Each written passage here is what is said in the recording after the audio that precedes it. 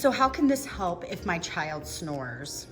So, there's a couple of things that could be contributing to the child snoring. Obviously, allergies can be a component, but to go one step further, the question is the child experiencing a lot of allergies due to the fact that they're not nasal breathing as much as they should be? Snoring can also be the fact that the tongue is falling back into the throat and causing some type of blockage.